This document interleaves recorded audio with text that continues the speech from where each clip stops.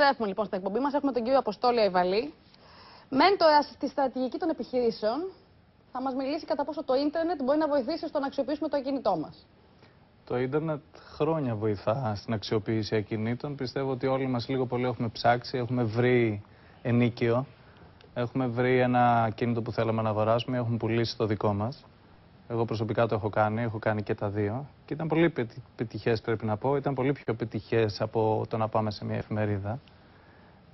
Αυτή τη στιγμή που μιλάμε πλέον το ίντερνετ είναι οικοσύστημα κανονικό και πολλοί κόσμος νοικιάζει ή πουλάει ακίνητα, τόσο στην Ελλάδα όσο και στο εξωτερικό. Ίσως γνωρίζετε πολύ πετυχημένα παραδείγματα στην Ελλάδα όπως το Σπιτόγατος ή παλιότερα το Ρέντο και βέβαια η Χρυσή Ευκαιρία όπως εξελίχθηκε αργότερα.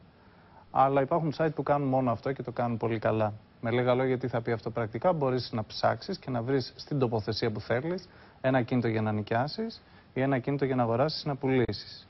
Αυτό καταλαβαίνετε ότι πρακτικά αλλάζει τα πράγματα, γιατί πρώτον γίνεται γρήγορα, δεύτερον προσθέτει εικόνες και φωτογραφίες, βίντεο που πριν δεν είχαμε τη δυνατότητα να έχουμε και επίσης την τοποθεσία, ότι εγώ θέλω εκεί και να είναι κοντά σε αυτό, άρα βρες μου κάτι. Εγώ όμως θα ήθελα να αναφερθώ σε κάτι το οποίο είναι πάρα πολύ εξελιγμένο σε άλλες χώρες στον κόσμο, στο εξωτερικό, κυρίως στο Silicon Valley, στο οποίο εγώ πηγαίνω έρχομαι. Αυτή τη στιγμή υπάρχει μια τάση ο κόσμος να αρχίζει να νοικιάζει short term, όπως λέμε, μικρής διάρκειας δηλαδή, τα κίνητά του σε άλλους, από τον άνθρωπο προς τον άνθρωπο χωρίς τη διαμεσολάβηση με City.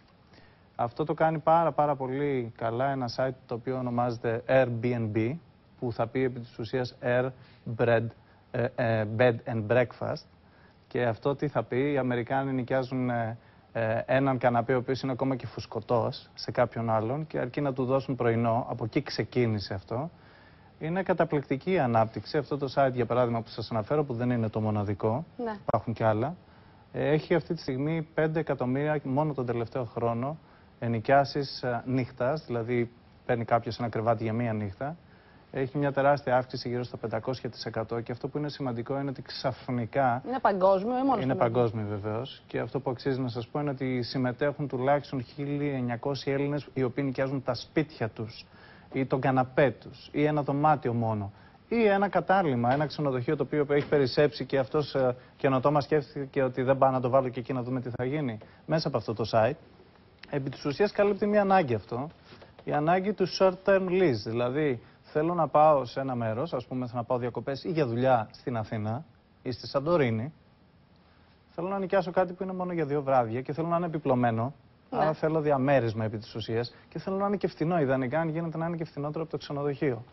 Και λόγω του ανταγωνισμού είναι φθηνότερο από το ξενοδοχείο, γιατί φανταστείτε ότι ένα επιπλωμένο διαμέρισμα ξεκινά από τα $35 σε δολάρια και φτάνει μέχρι τα 120, ένα πάρα πολύ ακριβό που μπορεί να είναι βίλα την ημέρα. Άρα φαντάζεστε τιμή τώρα. Οικονομικού ξενοδοχείου. Πάρα πολύ οικονομικού ξενοδοχείου. Ναι. Πάρα πολύ φιλική και επίσης χωρίς δεσμεύσεις. Γιατί ξέρεις, θα πας για 2 νύχτες. Άμα θέλεις και μπορεί και ο ιδιοκτήτης θα σε αφήσει παραπάνω, θα σου κάνει καλύτερη τιμή αν νοικιάσεις παραπάνω, το λεγόμενο extend and stay. Δηλαδή, και αυτό που θα πει να μείνω λίγο παραπάνω, πέρα του ξενοδοχείου. Δηλαδή θα να μείνω για ένα πιο μακρύ διάστημα. Ναι. Αυτό δημιούργησε. Πώς λέγεται το site, το συγκεκριμένο? Το συγκεκριμένο που δεν θέλουμε να το διαφημίσουμε, αλλά είναι ένα ωραίο παράδειγμα, είναι το airbnb.com. Ναι. Και υπάρχουν και όποιος μπει στο ίντερνετ και ψάξει με υπάρχουν πολλά. Υπάρχει το istayhere.com, υπάρχουν κι άλλα. Μάλιστα. Αξίζει τον κόπο όλοι οι ιδιοκτήτες ακινήτων οι οποίοι σκέφτονται να νοικιάσουν. Και βάζω σε εισαγωγικά το σκέφτονται γιατί είναι θέμα κρίσης που τους πάει εκεί, όχι θέμα καινοτομίας.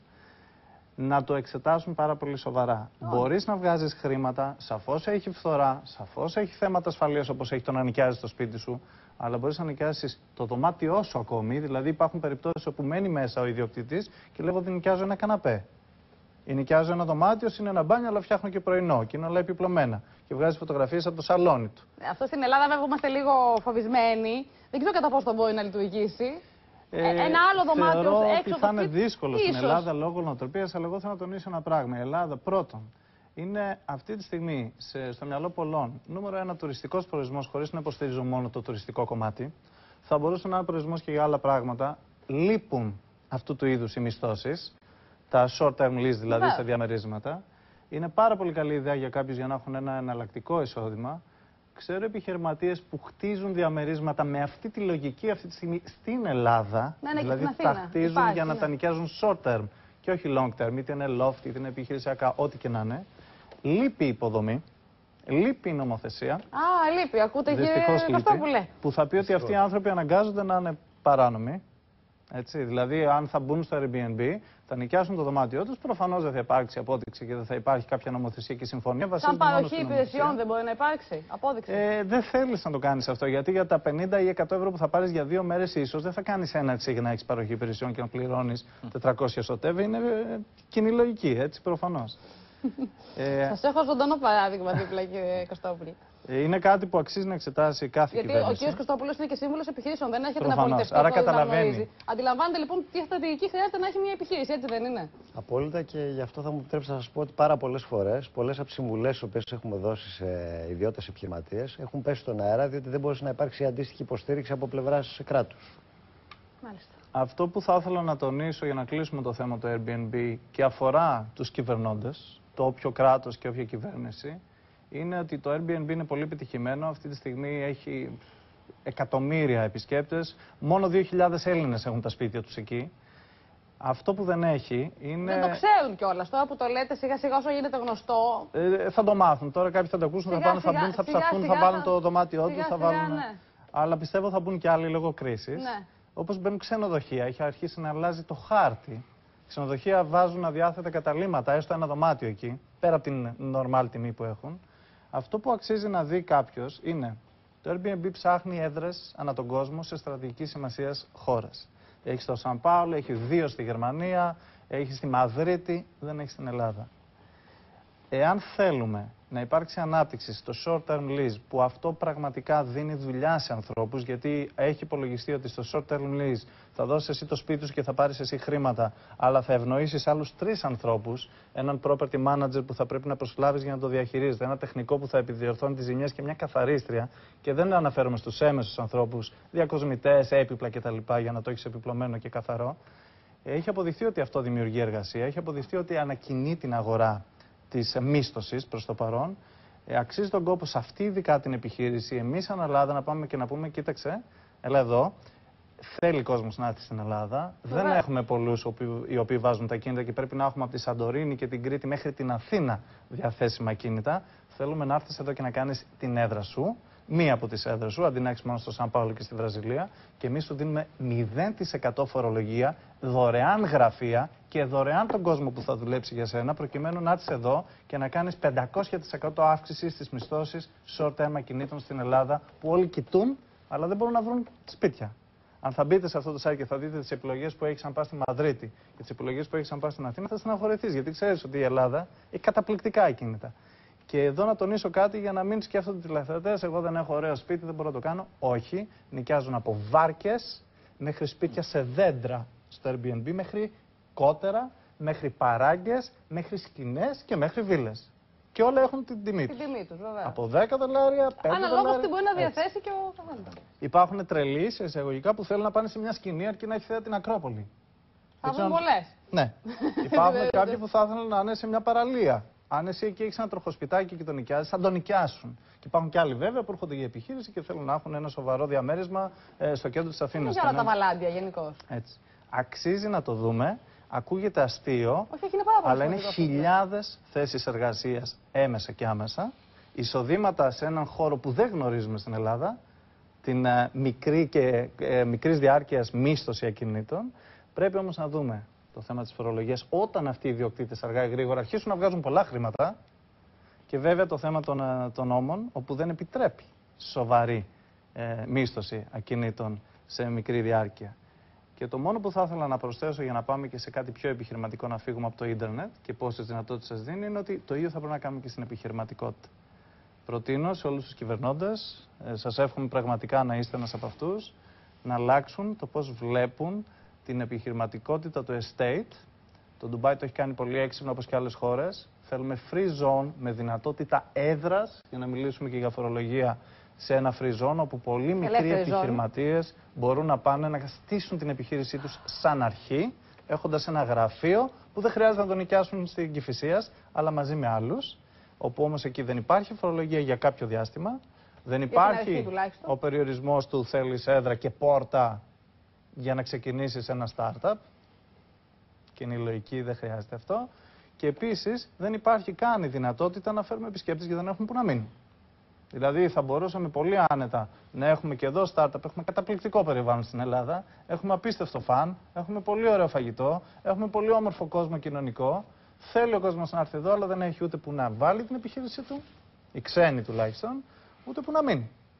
Συγγνώμη που κοιτάω συνέχεια εσάς, Δεν πειράζει. αλλά Εσύ πιστεύω είσαι πραγματικά υπεύθυνος. σε παραγωγικά έργα. Παρακολουθώ πολύ προσοχή αυτό. Έτσι, αυτά είναι κάποιες πρακτικές ιδέες οι οποίες μπορούν να γίνουν πράξη, αν κάποιος θέλει να το κάνει.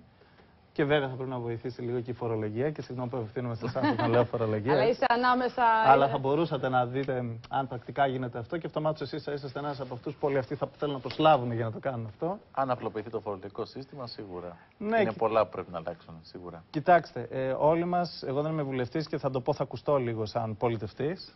Όλοι λέμε αν απλουστευτεί κάτι. Όχι. Πρέπει να αρχίσουμε εμείς να σκεφτόμαστε αλλιώς και αν εμείς σκεφτόμαστε αλλιώς, αύριο θα το κάνει πράξη. Έτσι είναι τόσο απλά τα πράγματα, είναι θέμα ανοιχτού μυαλού. Μάλιστα. Κατά πόσο λοιπόν το ίντερνετ μπορεί να βοηθήσει εκτός από την υπέροχη αυτή ιδέα που μας είπατε, που ούτε εγώ ίδια δεν την γνώριζα, που είμαι και στο κτηματομεστικό χώρο, από εσάς την ακούω πρώτη φορά.